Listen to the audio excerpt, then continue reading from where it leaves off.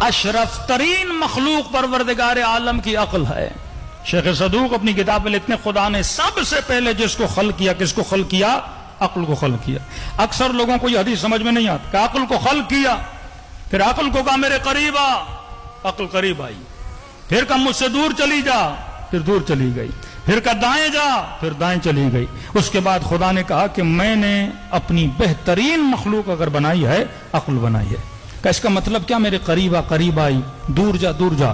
مطلب عقل اطاعت خدا میں مشغول رہتی ہے.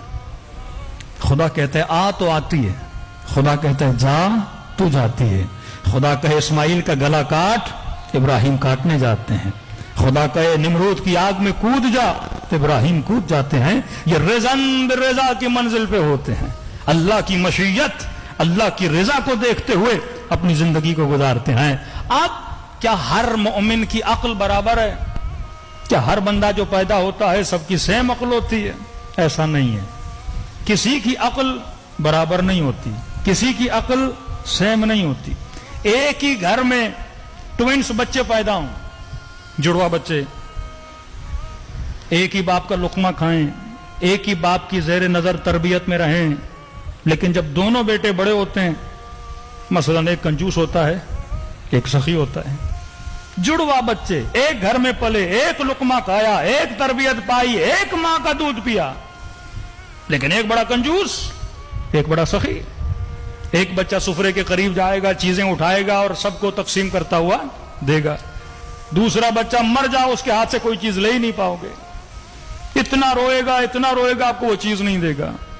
تو پیدائش کے اعتبار سے ہر بندے کی عقل سیم نہیں ہوتی.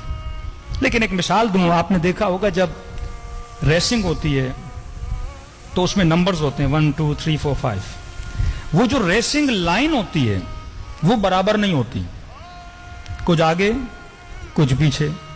تو کبھی آپ نے سوچا یہ ناانصافی نہیں ہے کہ دوڑتے تو سب ایک ہی سیٹی پر ہیں، لیکن کچھ کے نمبر آگے کچھ کے نمبر پیچھے.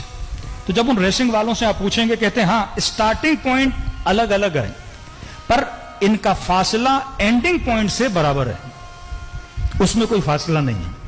پیدا ہوتے ہوئے ہم سب کی عقلیں برابر نہیں ہوتی، لیکن انسان کی اینڈنگ کس طرح ہونی اس میں ہم سب کیا ہیں؟